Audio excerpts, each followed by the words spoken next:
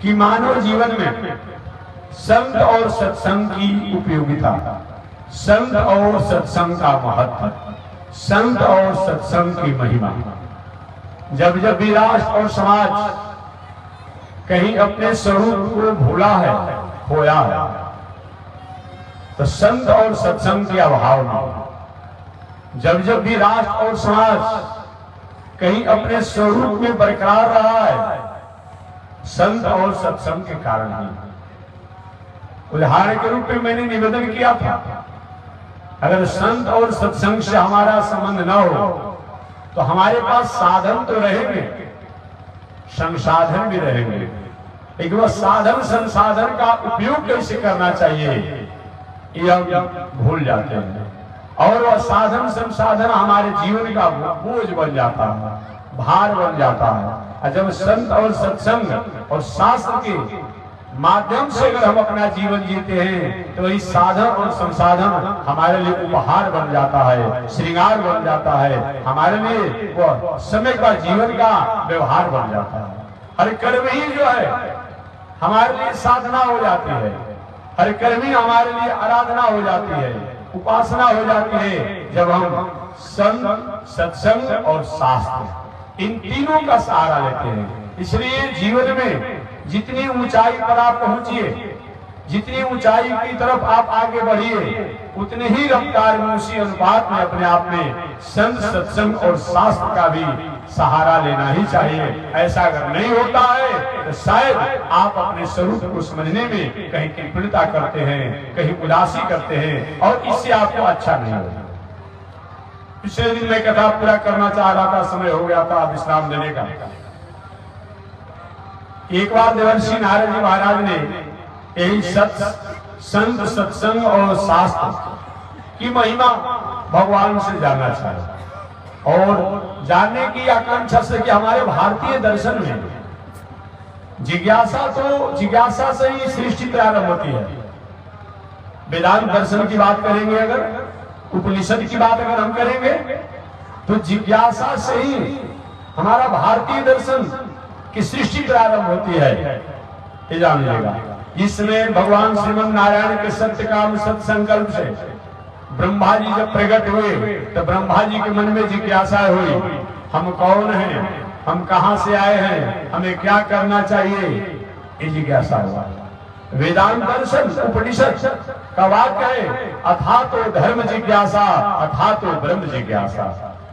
धर्म की जिज्ञासा होनी चाहिए और बाद में ब्रह्म की जिज्ञासा होनी चाहिए। आज थोड़ी सी हमारी आपके मन की चंचलता का एक फल हो गया है कि हम क्या करते हैं, धर्म की जिज्ञासा को त्याग करके अब ब्रह्म की जिज्ञासा चाहते हैं। याद रखिए, जब जब भी धर्म की जिज्ञासा को छोड़ करके ब्रह्म की जिज्ञासा की तरफ हम आगे बढ़ते हैं, वह ब्रह्म की जिज्ञासा हमारे लिए बोझिल हो जाती है, हमारे लिए भार बढ़ जाती है। इसलिए ब्रह्म की जिज्ञासा करने की आवश्यकता ही नहीं पड़ेगी, और आप धर्म की जिज्ञासा करेंगे तो वह धर्म की जिज्ञासा ही ब्रह्म की जिज्ञासा का पूरक है, पूरक है। उस अगत्या अपने आप में ब्रह्म की जिज्ञासा पूर्ण हो ही जाती है। लेकिन जब हम धर्म की जिज्ञासा को छोड़ करके अगर ब्रह्म की जिज्ञासा की तरफ अग्रसर होते हैं, वह ब्रह्म की जिज्ञासा ही हमारे जीवन के पतन का कारण बन जाती है।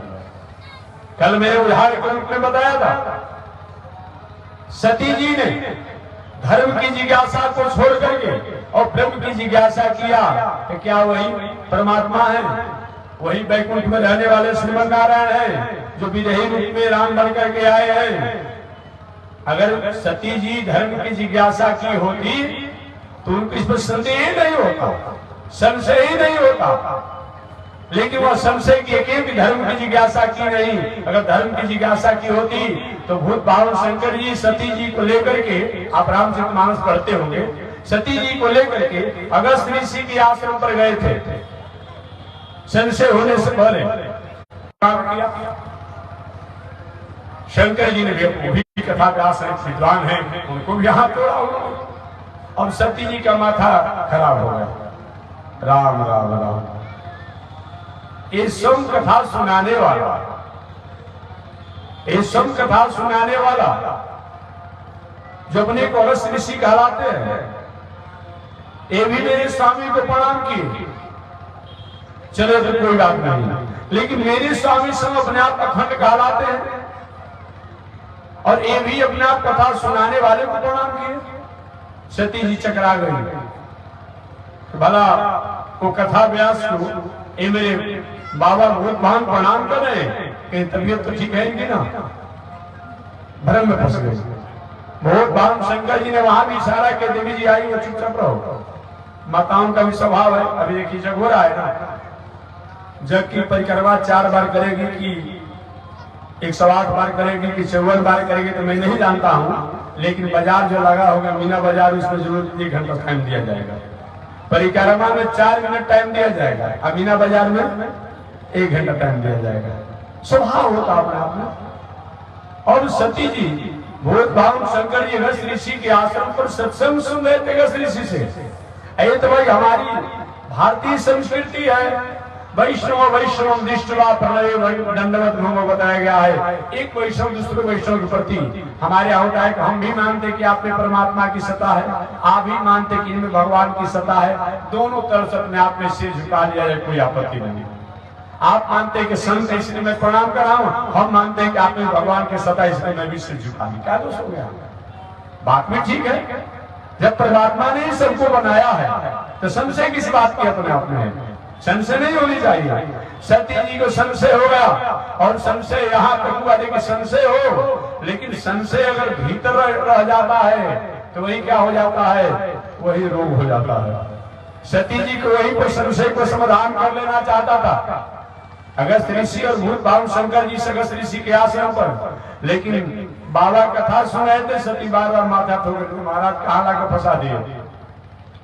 एक कथा सुनाने वाला क्या कथा सुनाएगा? क्या कथा सुनाएगा? कथा सुनाने वाला सम कथा सुनने वाले को प्रणाम किया, क्या मतलब होता है? बाबा ने समझा नहीं, यही तो हमारी परंपरा है, यही तो हमारी संस्कृति है। सती जी नहीं मानी। और वहीं आकर यहाँ पर क्या हुआ? भगवान राम के विदेह रूप को देकर के सती जी का संशय जो भीतर चला गया था, बैठ गया था, उसका वही समाधान कर ली होती तो कोई दिक्कत नहीं था। वही विस्फोट हो गया और राम जी की परीक्षा ली और परीक्षों में ऐसी परीक्षा ली, सती बन करके गई होती तो कोई बात नहीं था। वो सीता का वेश बना लिया, सीता का वेश बना लिया। भगवान श्री राम पहचान में गए माता जी बताओ, भूत भाव शंकर की तुम पत्नी हो करके और तुम सीता का वेश बना ली मेरी परीक्षा देने के लिए? परीक्षा बहुत प्रकार से हो सकता है। भगवान श्री राम ने प्रणाम किया सती जी को, माता जी प्रणाम। अब सती जी तो आश्चर्यमय हो गए, मैं सीता का वेश बनाई हूं, हमको सती समझकर प्रणाम कर रहे हैं, ये क्या हो गया? तब पर भी उनको मान जाना चाहता था, फिर भी नहीं मानी। पुनः सती गई और जाकर के एक पेड़ के ओट में पुनः सीता का ही रूप बना करके, हे राम हे लक्ष्मण आप क्यों रो रहे हैं? मैं कहीं नहीं भूली हूँ, मैं कहीं नहीं भटकी हूँ, मैं तो यहीं पर हूँ। भगवान श्री राम हद हो गया भाई, मैं परीक्षा भी दिया, परीक्षा में पास भी कर गया, फिर भी मेरी परीक्षा ली जा रही है। तो भगवान श्री राम ने क्या किया? अमित रूप बना। अच्छा माता जी ठीक है, तो मैं भी अब परीक्षा विस्तार से दे रहा हूँ। अमित रूप बना लिए, सीता राम लक्ष्मण का अनंत रूप बना लिए। और सती जी भले ही सीता का वेश बनाई, चारों तरफ देख रही है कि सीता राम लक्ष्मण, सीता राम लक्ष्मण। ये क्या हो गया? अभी तो सीता के लिए रो रहे थे, ये तो सीता राम लक्ष्मण के पास में है। उसमें जिधर देख रही उधर सीता राम लक्ष्मण। अंत में भगवान श्री राम ने अपनी माया को समेट लिया और माया को जब समेट लिया, लौट के सती जो है जब गलती हो जाती है ना, तो भले हम बाहर न बताएं, भीतर से तो तीस बना रहता है, उदासी बनी रहती है, उदासी बनी रहती है। बाबा ने पूछा, देवी जी मेरे स्वामी अखंड अविनाशी सहितानंद को तुमने जाकर के पहचान लिया? अरे हमारा इसमें संशय की बात है, भला ऐसा हो सकता है? आप जिसको अपना परमात्मा मानते हैं, जिसको आपने कह दिया, भला उसको कोई संशय हो सकता है? तो बाबा ने कहा, मैं जब कहता हूँ उसको जब मान ही रही हो तो गई थी क्या करने के लिए? कि महाराज गई थी केवल अपने आप दर्शन करने के लिए, क्या परीक्षा नहीं लिया? बाबा ने पूछा, क्या तुमने परीक्षा नहीं लिया? तो वहां भी सीधा साधा झूठ बोल दी सती ने, कछु न परीक्षा ली गोसाई, ए गोसाई जी, अब देखिए ना यहाँ पर गोसाई शब्द का प्रयोग करती है। गोसाई का क्या होता है जी? त्रिकालदर्शी, सर्वज्ञ, अंतर्यामी को गोसाई कहा जाता है। हमारे भारतीय दर्शन में अलग अलग प्रकरण के अनुसार शब्दों का अलग अलग अर्थ होता है, ये जानिएगा। तो यहाँ गोसाई शब्द का प्रयोग किया गया है, त्रिकालदर्शी में किया गया है, सर्वज्ञ में किया गया है, अंतर्यामी में किया गया है। एक तरह उनको अंतर्यामी भी मानती है, मन भीतर की बातों को जानने वाले, हमने क्या गलती क्या सही किया। हे अंतर्यामी, हे त्रिकालदर्शी, हे सर्वज्ञ, मैंने कुछ भी परीक्षा नहीं लिया। तो बाबा ने परीक्षा नहीं लिया, ध्यान किए तो ये तो मेरी भक्ति को खंडित कर दिया, मेरे भक्ति को खंडित कर दिया है सती ने। तो शिव संकल्प की निमन माही, शंकर जी ने संकल्प ले लिया, अब ये जो सती जो है मेरे पत्नी की मर्यादा का अधिकारी नहीं है, मेरी आराध्या सीता का भेष बना लिया है, अब तो इसको मैं पत्नी के रूप में वर्णन नहीं कर सकता हूँ। अब उसी समय शंकर जी ने मन में संकल्प ले लिया, अब इनसे हमारा संबंध पत्नी के माधुर्य नहीं रहेगा। और बाद में चलकर के सती वही जो अपराध हो गया था, अगर धर्म की जिज्ञासा की होती तो दूसरी बात बाबा ने समझाया बुझाया जी, जब कैलाश में अपने आप गए कि देखो तुम्हारे पिताजी जग तो कर रहे हैं, जग तो होना ही चाहिए, पूजा पाठ होना चाहिए, धर्म होना चाहिए, लेकिन अपने पड़ोसी को दूसरे को नीचा दिखाने के लिए, अपमान करने के लिए मत कीजिए। वहां क्या हो रहा था? प्रजापति दक्ष ने जो जग का आयोजन किया था, उस जग के आयोजन में नोटिस में नोट में नीचे लिखवाया था, आई सबको निमंत्रण है, लेकिन कैलाशवासी भूत भावन शंकर जी को निमंत्रण नहीं है। जो भी आने वाले मेरे आमंत्रित लोग हैं उनको कहीं भी रास्ता होगा, लेकिन कैलाश से एक तरफ अपने आप ने एक बार उस मार्ग से घूमते हुए आना होगा, चाहे आकाश मार्ग से आना हो तब, चाहे जैसे भी आना हो तब। कितना बड़ा अपने आप में एक किसी को नीचा दिखाने की बात हो रही है। जो शंकर जी सब अपने आप में जग स्वरूप है। जग का मतलब होगा क्या है? जग हमारे जीवन का वह एक आयाम है, जग हमारे जीवन का एक उपक्रम है, जिनको करने के बाद वह परमात्मा, वह ब्रह्म, वह ईश्वर को हम पास में पहुंचने का अधिकार प्राप्त करते हैं, उनको स्वीकार करने का हम अधिकार प्राप्त करते हैं, वही तो जग है, वही जग है। एक व्यक्ति ने कहा था महाराज जी कलयुग में तो अपने आप ने जग उपकृत करने को बताया नहीं गया है, आप जग करते रहते हैं। हमने कहा तुम पढ़ा लिखा हो? क्या मैं पढ़ा लिखा हूँ? तो बताओ। कली में केवल नाम आधारा, सुमिर सुमिर नर उतर हो पारा, यही उसने उदाहरण दिया कि कली में केवल नाम आधारा और सुमिर सुमिर नर उतर हो पारा। हमने कहा इसका अर्थ जानते हो क्या होता है? इसी तरह तुम संतों को परेशान करने के लिए अपने आप चौपाइया कर दिया है। कहने का तात्पर्य है जैसे अभी ठंडा का मौसम चल रहा, अब 2 घंटा कम से कम वही बरसात अपने आप में, बरसात का समय हो, गर्मी के समय हो, किसी सरोवर में डुबी लगा लगा के नहाते हैं, अभी जल्दी जितना हो सकता है नहाओ के कपड़ा वपड़ा पहन के सब ठीक ठाक हो जाते हैं ना, हो जाते कि नहीं हो जाते हैं। तो इसी प्रकार के विकल्प की बात कभी आती है तो विकल्प का मतलब ये नहीं होता है तो मूल अपने आप में अधिकारों को, मूल कार्यों को, मूल धर्मों को त्यागने की बात आती है, ये नहीं आती है। मानो कहना चाहते हैं मानसकार कि हे दुनिया में रहने वाले लोग, अगर आप यज्ञ करने की क्षमता नहीं है कलयुग में, तपस्या करने की क्षमता कलयुग में नहीं है, तीर्थ व्रत करने की क्षमता नहीं है, तो कम से कम भगवान के नाम को भी ले लोगे, उससे भी जग तप तीर्थ व्रत करने का जो फल है वो प्राप्त हो जाएगा। ये बात बताया गया है, न कि ये कहा गया खंडन की बात नहीं होती है। क्यों कि मानसकार ने उसी मानस में कहा है कि प्रथम मुनि जय कीरत गाई। हे मानस पढ़ने वाले लोग, मैं उसी बातों को लिख रहा हूँ, उसी बातों को मैं अनुमोदन करूंगा और कर रहा हूँ जो प्रथम मुनियों द्वारा जो गायन किया गया है, कहा गया है। तो जो भगवान श्री कृष्ण आज से 6000 वर्ष पहले इस धराधाम पर आकर के कहे कि हे दुनिया में रहने वाले लोग, आपको सब कुछ छूट जाए, घर परिवार पत्नी बाल बच्चे का त्याग हो जाए, लेकिन यज्ञो दान तप कर्मम न त्याज्यम, ये श्रीमद् भगवत गीता में भगवान श्री कृष्ण ने कहा है कि हे दुनिया में रहने वालों, यज्ञ, दान, तपस्या ये कभी भी त्याग नहीं करना चाहिए, चाहे कोई भी युग हो। पावनाने मनीषी नाम, ये महापुरुषों को पवित्र करने वाला होता है। ऐसा भला भगवान श्री कृष्ण के वाक्यों को मानस का तुलसीदास जी और खंडन कर देंगे तो उनके मानस को मान्य होगा, मान्यता मिलेगी। इसलिए मानसकार ने कहा कि प्रथम मुनि यही कीरत गाई, प्रथम मुनियों ने जो कीरत गाया है, लेखनी किया है,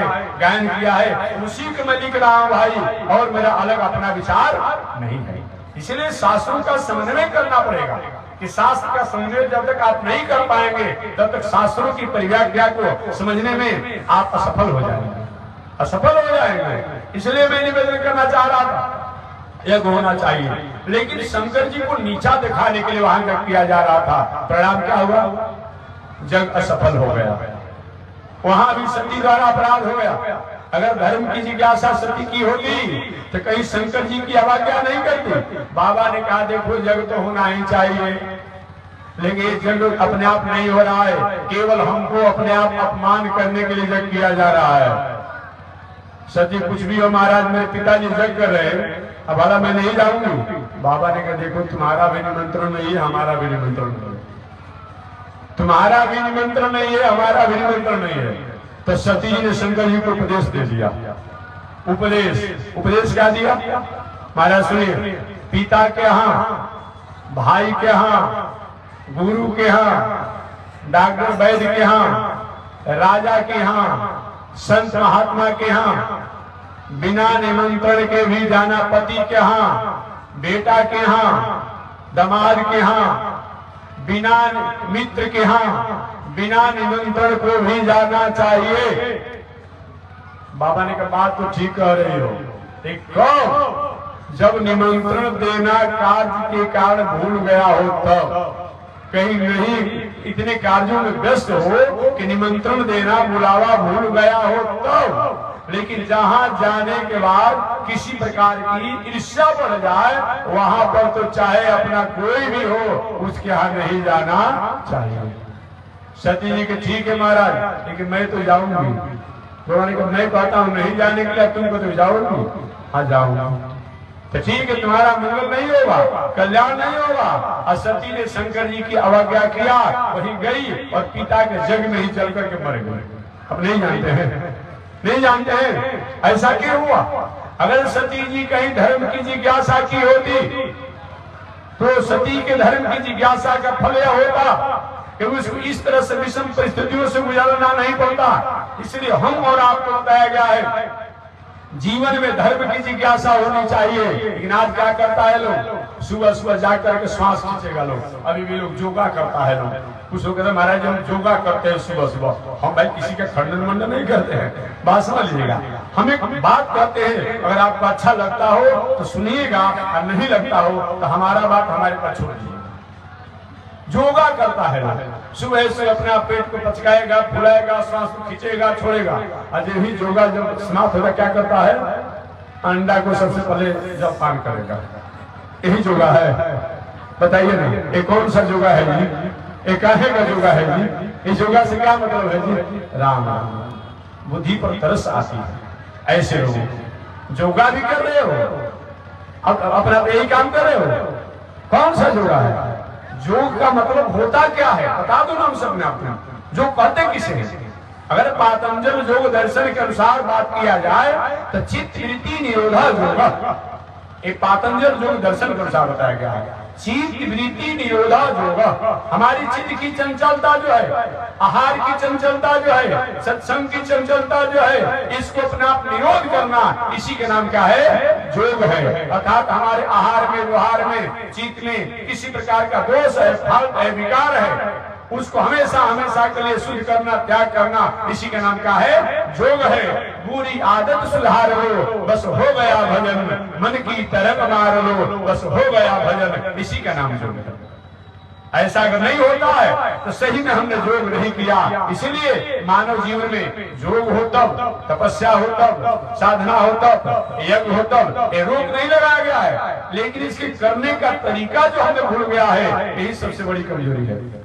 ऐसा कब होता है? जब संत, शास्त्र और सत्संग के अमर छोड़ देते हैं, त्याग करते हैं, यही हमारे जीवन में होता है।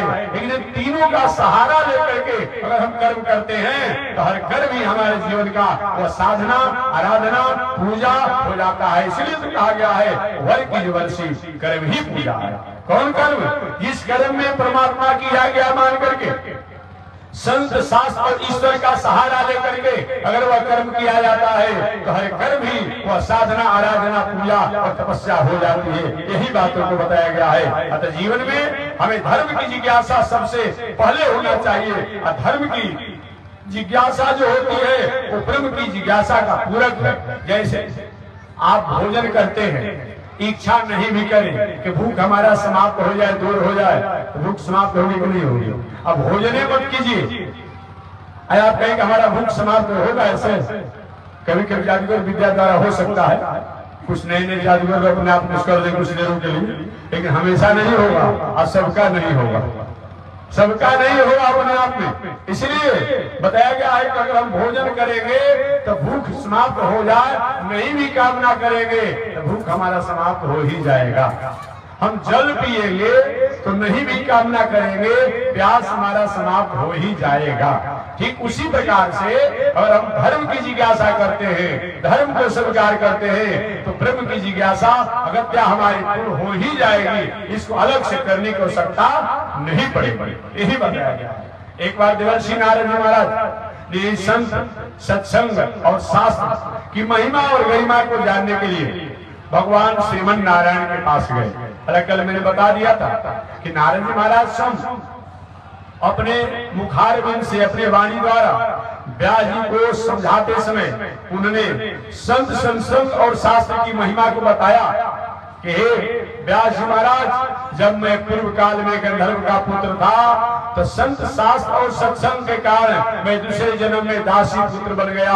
पुनः उस समय भी संत, शास्त्र और सत्संग के कारण अगले जन्म में देवर्षि नारद बन गया। फिर भी भगवान के द्वारा ये जानने की इच्छा से नारद जी महाराज ने भगवान श्रीमन नारायण से पूछा कि हे प्रभु, ये बताएं कि संत, शास्त्र और सत्संग की क्या महिमा है, क्या फल होता है?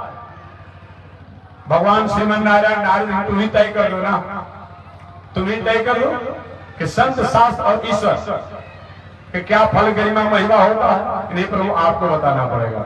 भगवान ने ठीक है, जाओ अमुक गांव में चले जाओ।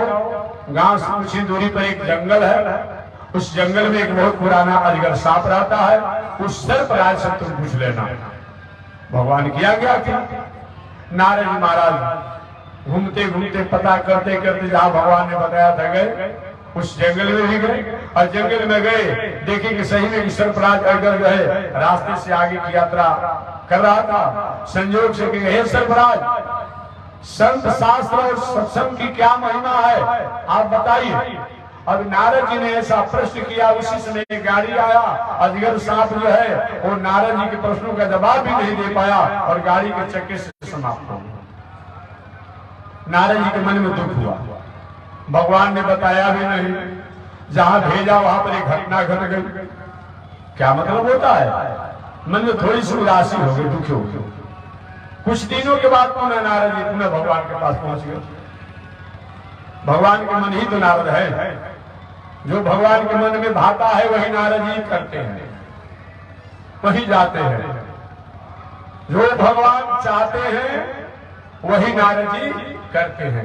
एक पुनः भागवत का आख्याय क्या कहते हैं, तत्व मूल कथा में आ जाऊंगा। पुनः भगवान को जो भाता है वही नारद जी करते हैं, एक बार जानिएगा, वही करते हैं। भागवत में प्रसंग आती है, एक बार नारद जी महाराज ने विचार किया कि भगवान को कुछ ऐसे वाक्यों द्वारा मैं आश्चर्यचकित कर दूं कि भगवान कुछ समय के लिए हमारे बातों को सुनकर के हैरान हो जाए, आश्चर्य हो जाए। एक दिन नारद जी महाराज घूमते घूमते, उस समय भगवान श्री कृष्ण ब्रज में थे, ब्रज वृंदावन में थे, गोकुल में थे। उससे भगवान श्री कृष्ण की उम्र लगभग 11 वर्ष 56 दिन का हो चुका होगा, कुछ कम होगा। भगवान श्री कृष्ण लगभग 11 वर्षों तक ब्रज गोकुल वृंदावन इत्यादि में रहे।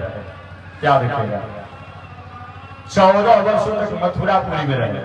कितना हो गया? 14, 11, 25। 11 वर्षों तक ब्रज गोकुल वृंदावन में रहे घूम करके, 14 वर्षों तक मथुरा में रहे और 100 वर्षों तक द्वारिकापुरी में रहे। इस तरह कुल मिलाकर के भगवान श्री कृष्ण 125 वर्षों तक इस धराधाम पर रहे।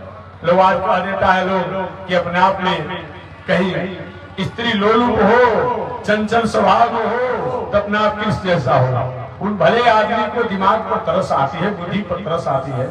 अरे भाई 11 वर्ष में तो ब्रज को छोड़ दिए हैं भगवान श्री कृष्ण। 11 वर्ष की आयु में तो ब्रज को छोड़ दिए हैं। जिसमें लीला किए हैं वो 5 वर्ष से 6 वर्ष की आयु थी। आजो अगर सरकार के मेडिकल साइंस के अनुसार, सरकार की प्रपाति के अनुसार 5 वर्ष के 6 वर्ष के 5 से 6 वर्ष की आयु में अगर कोई बालक पर किसी प्रकार का कोई अगर आरोप लगाता है, क्या न्यायालय द्वारा मान्य होता है? प्रशासन द्वारा मान्य होता है? सरकार द्वारा मान्य होता है? क्या मेडिकल साइंस से गवाही देती है? तो आज से 6000 वर्ष पहले तो समझिए कि 15 वर्ष तक तो लोग लंगोटी या भगोई पहन के ही घूमते होंगे। तो अगर तुम मानते हो कि भगवान नहीं है तब मैं कहता हूं, तुम नहीं मानते हो तब भी कोई आरोप का मतलब क्या होता है? आक्षेप का मतलब क्या होता है? जो उन्होंने लीला किया है, चीरहरण इत्यादि जो कुछ भी लीला हुआ है, ये 5 से 6 वर्ष की अवस्था में हुआ है। तो स्वभाव होता है, घर घर में लड़का लड़की जो होते हैं छोटे छोटे, कोई बर बन जाता है, कोई दूल्हा बन जाता है, अपने आप में बनकर अपने में विवाह कर लेते हैं, पुनः कुटी हो जाता है। एक और नहीं घर में लड़का लड़की छोटे अवस्था में खेलते हैं। तो ऐसे अगर तुम मानते हो तब भी कोई आरोप नहीं है।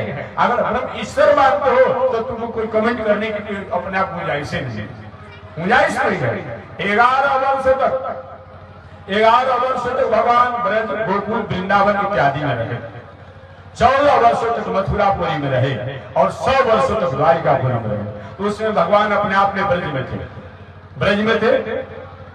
नारद जी महाराज इधर कंस मथुरा का शासकीय व्यवस्था अपने पिता को जेल में डाल करके, बाबा को जेल में डाल करके सबको अपने आप में और शासन कर रहा था, शासन का काज कर रहा था। नारद जी महाराज की संत वही करते हैं जो भगवान को भाता है, यही मैं कहना चाह रहा था। कहने का तरीका अलग हो लेकिन वही करते हैं जो भगवान को भाता है। नारद जी घूमते घूमते कंस के पास पहुंच गए। एक संत ही ऐसे होते हैं उनको हर देश और हर दुनिया में अपने आप में गति होती है और आदर होता है। जैसे आज हमारे मीडिया महोदय जो होते हैं, पत्रकार महोदय जो होते हैं, वो चोरों के पास जाते हैं, साधुओं के पास जाते हैं, रजू के पास जाते हैं, सब जगह उनका अपना आवागमन होता है, आज भी होता है। तो संत भी वही होता है, अपने आप में हर जगह जाने का अपने आप होता है। क्योंकि संत अगर नहीं हो तो अपने आप में उन संत को सुधारने का काम कौन करेगा?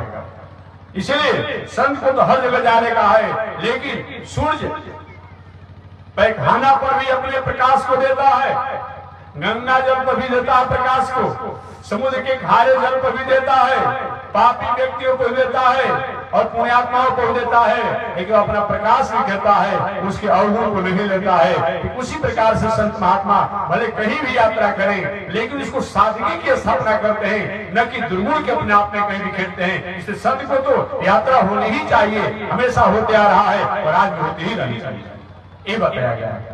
हमारे नारद जी महाराज कंस के राज में गए, कंस से मुलाकात हुई, कंस ने प्रणाम किया। प्रणाम करने पर नारद जी महाराज ने कहा, मथुरा मेरे ठीक ठाक है ना? महाराज सब आपकी कृपा है, सब आपकी कृपा है। नारद जी की कृपा तो है लेकिन आपके वाणी पर उदासी दिख रहे हैं, आपके मुखमंडल पर उदासी में देख रहा हूं। क्यों? महाराज सब ठीक ठाक है लेकिन एक कारण से मैं बहुत मैं परेशान हूं। कौन सा कारण है बताइए? कौन सा कारण? महाराज वो ग्वालिया, वो कृष्ण, कोई नंद नंदन कहता है, कोई वसुदेव नंदन कहता है उसको, कोई जसोदा नंदन कहता है, कोई देवकी नंदन कहता है और कोई कहता है किसी का है ही नहीं। उससे हम परेशान हैं। जब से अपने आप इस संसार में आया है मैं उसको ढूंढते फिर रहा हूँ। मारने का अनंत षड्यंत्र किया मैंने, आकासुर, बकासुर, पूतना, कितने राक्षसियों को, राक्षसों को विदा किया, सबको अपने आप काम तमाम कर देता है, काम तमाम कर देता है। मेरा नींद हैरान कर दिया है। मैं रात्रि में कहीं सोता हूँ, कहीं रात्रि रहती है, कहीं प्रकाश का अभाव होता है, तो हमें ऐसा भय होता है कि कृष्ण हमें मारने के लिए आ गया। कहीं मैं भोजन करने बैठता हूँ, अब भोजन में कहीं काला वस्तु भोजन में छमक गया, कोई निकल जाता है, होता है कृष्ण मारने के लिए आ गया। किसी से मैं बात करता हूँ और बात करते समय किसी की काली पुतली जो अपने दिखाई पड़ती है, मालूम पड़ता है कृष्ण मारने के लिए आ गया। महाराज मेरा नींद हैरान हो गया है, अब सोना मेरा समाप्त हो गया है। नारद जी ने कहा, बताइए इतने बड़े पुरुषार्थी और बलवान और वीर होने के बाद ही ये छोटे से बालक इतना भयभीत है। कृष्ण महाराज छोटा तो जरूर है, लेकिन बहुत बड़ा खोटा है, बहुत खोटा है। बोले आपने उसको मारने के लिए क्या मैंने नहीं किया, और फिर भी मैं सफल नहीं रहा। नारद सुनिए, ये समय सुनना नहीं चाहता हूँ, कहता की बात हमारे सामने मत सुनाइए। नारद ने कहा, कहता की बात मत सुनाइए, परसों आपके हाथ उस कृष्ण की मैं मृत्यु देखना चाहता हूं। नारद ने क्या कहा, परसों आपके हाथ उस कृष्ण की मृत्यु में देखना चाहता हूं, हमारे सामने कहता की बात मत कीजिए।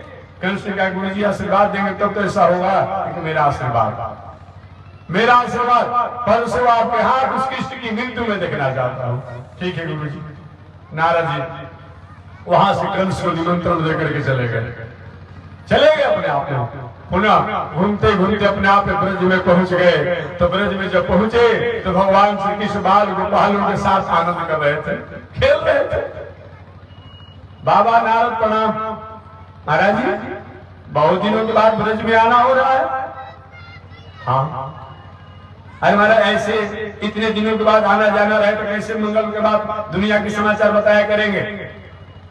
नारद थोड़े तेवर बदल दिए, आप बाल गोपालों के साथ लीला करते रहिए, बाल गोपालों के साथ आप खेल खेलिए। आपको क्या दुनिया से मतलब है, आपको संतों से क्या मतलब है, आपको धर्म से क्या मतलब है, आपको पृथ्वी से क्या मतलब है। आप इसीलिए आए हैं जो कर रहे हैं।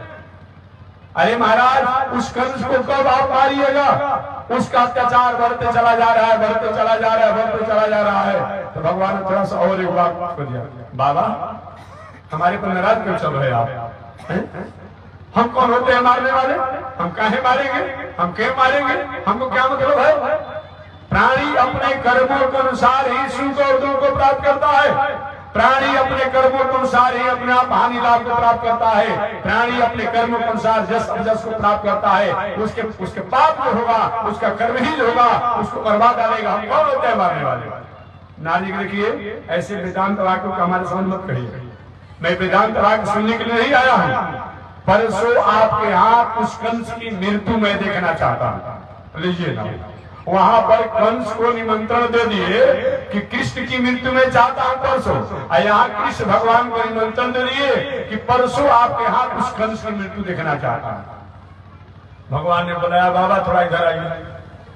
आगे भगवान श्री अपने आप नारद जी भगवान श्री कृष्ण के पास एक वहां क्या कहकर आपने आया था, वहां आप कह करके आए। वहां कंस को निमंत्रण दिया हमें मारने के लिए, और यहाँ हमको निमंत्रण दे रहे हैं कंस को मारने के लिए। ये क्या कर रहे हैं बाबा? नारद का प्रभु, चाहे कंस आपके पास में आवे या कंस के पास में आप जाइए, दोनों स्थिति में कंस को ही बनना पड़ेगा। तो मैंने सोचा कि आपको अपना पे याद दिला करके और कंस को उत्तेजित करके मैं जल्दी उस पापी को समाप्त करना चाहता हूँ, इसलिए ऐसा मैंने किया। तो वो नारद जी वही करते हैं जो भगवान को भाता है, संत वही करते हैं जो भगवान को भाता है। नारद का प्रभु ये बताइए कि अग्नि के पास कोई जाएगा तो ज्वाला उसकी लगेगी, अग्नि सम अपनी धड़कती ज्वाला के साथ आएगी, तभी ज्वाला तो दोनों परिस्थिति में अपने आप प्राणियों को ही लगेगा। अग्नि आपके पास आवे या अग्नि के पास आप जाइए, कंस आपके पास आए या कंस के पास आप जाए, ये दोनों में कंस को ही समाप्त होना है। मैं चाहता हूँ पापी व्यक्ति को, और बहुत दिनों तक रहने की आवश्यकता नहीं है, इसलिए प्रभु मैं आपको याद दिलाया और कंस को उत्तेजित किया ताकि वो जल्दी अब इस दुनिया से चला जाए। इसी का नाम संत है। संत वही करता है जो परमात्मा को भाता है, जो ईश्वर को भाता है। भले कहने का समझाने का तरीका अलग हो जाए, वही नारद है। तो देवर्षि नारद जी महाराज पुनः दूसरी बार, जब प्रथम बार नारद जी के प्रश्नों का समाधान नहीं हुआ, तो दूसरी बार नारद जी महाराज भगवान श्रीमन नारायण के पास गए, प्रभु आपको बताना है तो बता दीजिए कि संत शास्त्र और ईश्वर के दर्शन का क्या महत्व होता है। भगवान ने कहा नारद अभी तुम्हारे प्रश्नों का समाधान नहीं हुआ क्या? नहीं प्रभु नहीं हुआ। तो ठीक है चले जाइए अमुक गांव में। अमुक गांव में एक गाय ने एक नवजात बछड़े को जन्म दिया है। उस बछड़े से पूछ लीजिएगा कि संत के शास्त्र का क्या महत्व होता है। नारे क्या आप नहीं बता सकते प्रभु? क्या हमको भेजते रहते हैं अपने आप में, आप बता दीजिए ना। ठीक नहीं आप जाओ, मैं कह रहा हूं ना। भगवान ने जैसा अपने आप में कहा उसके अनुसार नारद जी उस गांव में गए और सही में गाय ने नवजात बछड़ों को जन्म दिया था। हे गोवत्स, संत के शास्त्र के दर्शन का सत्संग का क्या फल होता है। और सही में वहां भी ये वाणी कहे कि वो गाय का बछड़ा भी चला। दो घटना हो गई, दो घटना हो गई। नारद जी उदास हो गए, हो गया भाई, प्रभु जवाब भी नहीं दे रहे हैं और घटना भी हो जा रही है। पुनः नारद जी अपने दिनचर्या में लगे। कुछ दिनों के बाद घूमते घूमते पुनः पहुंच गए भगवान के पास। भगवान श्रीमन नारायण का प्रभु तीसरी बार हो रही है, आपसे मैंने पूछा था कि संत और शास्त्र और सत्संग का क्या फल होता है, बता दीजिए ना। कह रहे नारद तुम्हारे प्रश्नों का भी समाधान नहीं हुआ क्या? नहीं प्रभु नहीं हुआ, या बताइए। ठीक नहीं, जाओ अमुक गांव में एक बहुत बड़े धनी मानी आदमी सेठ जी है। सेठ मानी केवल सेठ जात नहीं होता है, जो धन संपत्ति में संपन्न हो सेठ शब्दों से संबोधित किया जाता है। सेठ जी है, उनके बहुत दिनों के बाद एक लौता पुत्र हुआ है। उसी जाकर पूछ लो कि अपने आप में संत शास्त्र और सत्संग का क्या फल होता है। और सही में नारद जी पूछते पूछते गए तो वहाँ वही प्रश्न किया जो पहले करते थे। और प्रश्न करते ही वो बालक भी अपना अल्पायु में ही राम नाम सत्संग। ये क्या हो रहा है? पुनः कुछ दिनों के बाद नारद को मैं भी तो पूछी के मांगूंगा, भगवान को भी बताना पड़ेगा, मेरे प्रश्नों को जवाब देना पड़ेगा। नारद जी पुनः चौथी बार घूमते घूमते भगवान श्रीमन नारायण के पास गए और श्रीमन नारायण के पास प्रभु आप बता दीजिए ना कि संत शास्त्र और सत्संग का क्या फल होता है। भगवान नारद अभी तुम्हारा प्रश्न अभी शेष रहा क्या? हाँ प्रभु शेष रहा है, बता दीजिए। तो भगवान ने हंसने का नारद मैं तुम्हें उपदेश देने के लिए ये अपने आप वहां जगहों पर विदा किया। संत शास्त्र और सत्संग का फल होता है कि प्रथम बार जो अजगर सांप की जोनी में जो था, जो सर्प जोनी बहुत बड़ा निकृष्ट जोनी होता है, याद रखिएगा। क्या चीज? सर्प जोनी बहुत बड़ा निकृष्ट जोनी होता है शास्त्र से, ये जान लीजिएगा। कभी कभी हमारी माताएं कभी अपने किसी नारियों पर, अपने स्त्रियों पर कहीं अपने आप को हो, थोड़े अपने बच्चों को बहुत मारती पीटती हो, चाहे बहुत वात्सल भावना नहीं देती हो, तो हमारी माताएं, बूढ़ी माताएं नाराज होती है, कहती तुम सर्पणी हो गई हो क्या? सर्पणी क्यों कहती है? सर्पणी का मतलब क्या होता है? नारियों को संबोधन सर्पणी से कभी कभी क्यों दिया जाता है? सर्पणी का स्वभाव होता है कि सर्पणी अपने अंडों को जन्म देती है, अब पुनः आवश्यकता पड़ने पर सर अंडा को पी जाती है। क्या समझे? वो अंडों को जन्म देती है और जन्म देने के बाद भूख लगने पर उस अंडों को पी जाती है, खा जाती है। वो तो भूले भटके अंडे कहीं जहाँ कहाँ हो जाते हैं, जो सर्पणी को याद नहीं रहता है वही सांप बन जाते हैं। बाकी जितने अगर अंडे को हो और उतने अंडे अगर सर्प बन जाए तो दुनिया में परेशानी ही परेशानी हो जाएगी। एक दो बच जाते हैं अपने आप में। ठीक उसी प्रकार से माताएं कोई अपने बच्चों को बहुत बड़ा कष्ट देती है, मारती है, पीटती है, इसीलिए कहा जाता है ऐसा मत करो, तो सर्पणी कहा गया है। तो सर्प जो होता है, सर्प की आयु बहुत होती है। आप जीके नॉलेज, जनरल नॉलेज में आप पढ़ेंगे, जीके पढ़ेंगे अपने आप में, उसमें लिखा है सर्प की विषधर जितने सर्प होते हैं विषैले, उनकी आयु 1000 वर्ष की होती है। जान लीजिएगा, हम लोग 100 वर्ष जीने में परेशान हो गए हैं मनुष्य लोग। तो सर्प जितने विषैले होते हैं उनकी आयु 1000 वर्ष की होती है। अगर कोई इसको मारे ना, कहीं अपने आप किसी प्रकार कुछ ना हो, तो 1000 वर्षों तक सर्प जीते हैं। याद रखिएगा, 1000 वर्ष जीते हैं अपने आप सर्प। इसीलिए और हाथी का उम्र कितना होता है? ये भी 125 130 वर्ष होता है। कछुआ की उम्र भी बहुत होता है अपने आप में, ये सब आपको जानना चाहिए, भी जानने को सकता है। तो मैं निवेदन करना चाह रहा था कि इस तरीका से शास्त्रों में अपने आप निवेदन किया गया। तो भगवान ने कहा कि हे नारद, जो प्रथम जन्म में वो आपके सत्संग एक ही शब्द आपने कहा कि संतों के दर्शन का फल और शास्त्र, इन तीनों की कृपा से सर्प जोनी जो बहुत लंबा जोनी है, वो लंबे जोनी में जीवन जीने वाला सर्प जो है आपके दर्शन करके एक पशु जोनी में आ गया। ये संत के दर्शन का फल है, पशु जोनी में आ गया, वो वत्स बन गया। पुनः दूसरी बार आपका दर्शन किया वो वत्स, तो तीसरे जोनी में मनुष्य का जोनी हो गया। और तीसरे बार आपका जब दर्शन किया तो चौथे बार वही मैत्रेय ऋषि हो गए। कौन हो गए? मैत्रेय ऋषि हो गए, जिन मैत्रेय और विदुर का संवाद कभी कभी आपके शास्त्रों में पढ़ने को मिलता है। इस तरीका से संतों के दर्शन और शास्त्र और सत्संग का इतना बड़ा फल होता है कि सर्प जोनी को प्राप्त करने वाला नारद जैसे संतों के दर्शन कर से पशु जोनी को प्राप्त किया, पशु जोनी से अपने आप में पुनः मनुष्य का जोनी हुआ, मनुष्य जोनी में भी अपने आप में आगे चल करके मैत्रेय ऋषि को प्राप्त हो गए। इसलिए नहीं अमया तीर्थाने न देवा मिथिला मया ते तुर पुनर्कालेन दर्शना देव साधव।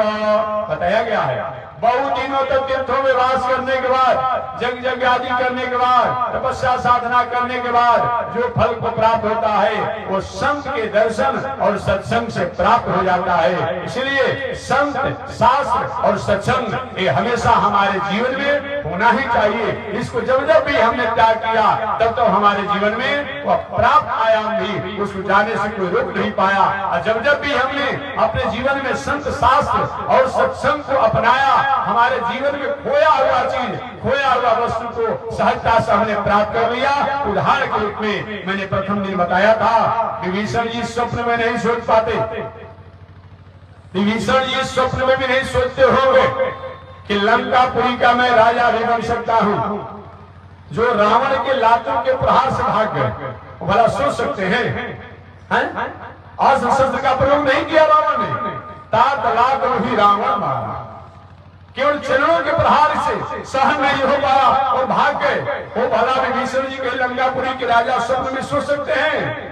लेकिन क्या हुआ? संत, शास्त्र और सत्संग के फलस्वरूप विभीषण जी ने लंकापुरी के राजा बन गए। कौन इतिहास नहीं जानता है? जो सुग्रीव जी बांदरराज बाली के भय से कहां भाग कर जाकर छुपे हुए थे, लेकिन वही संत, शास्त्र और सत्संग इनकी कृपा से वे सब किष्किंधापुरी के राजा बन गए। लेकिन संत, शास्त्र और सत्संग इसको सुनाने वाला भी सही में हनुमान जैसा संत होना चाहिए, काल में भी नहीं होना चाहिए। नहीं तो काल में भी होगा तो क्या होगा? वो हनुमान जी कथा आपने सुना होगा, काल में भी हनुमान जी कहा कि तुम मेरा चेला बन जाओ।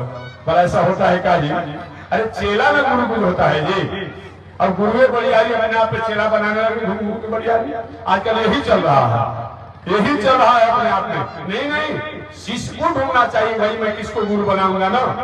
तो हनुमान जी महाराज ने कहा, महाराज मैं आपको चेला तो बन जाऊंगा, लेकिन मैं चाहता हूं कि चेला बनने से पहले गुरु दक्षिणा दे दूं। तो वही हनुमान जी महाराज ने मुष्टिका का प्रहार किया और हमेशा के लिए काल नदी का उद्धार कर दिया।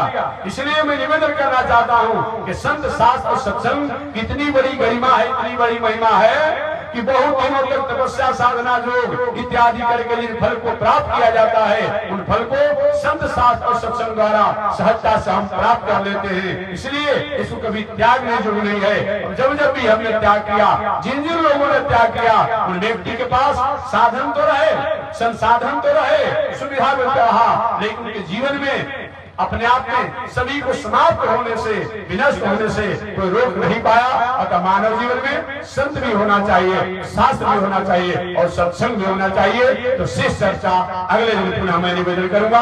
आज इसी के साथ वाणी विराम।